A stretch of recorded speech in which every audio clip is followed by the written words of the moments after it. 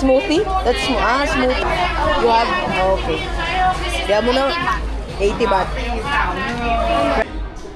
Magano nga to? Ay, malamig siya naka-ref.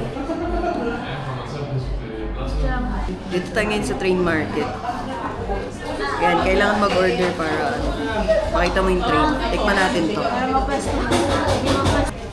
Walang sugar.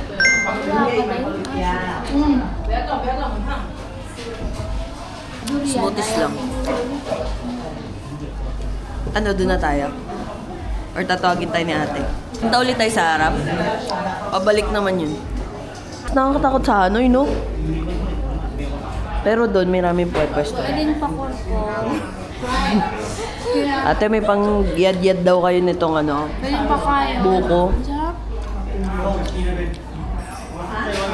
Sarap to pang buko sa akin.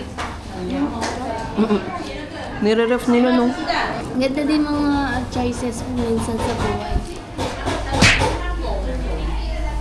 Inisip ko kasi, shit, ang lapit ng red line, hindi kami pwedeng tumambay lang sa gilid para iligtas yung buhay namin. Wala namang anuhan dito, sabi ko. Kaya sabi ko, dito na tayo kasi narinig ko, 10 minutes. Lucky doon. Hindi niya alam saan siya pagpwesto. Kaya hindi siya nakakatakot lab kasi mabagal. Pero kung mabilis, siguro may aksidente dyan. Ang sikip masyado dito eh. Hindi niya talaga papalagpasin yung binayaran niya. Kailangan daw niya makain to kasi binayaran daw niya. 80 baht. Saan naabot ng 80 baht na? Ang buko sa akin ko pag uwi.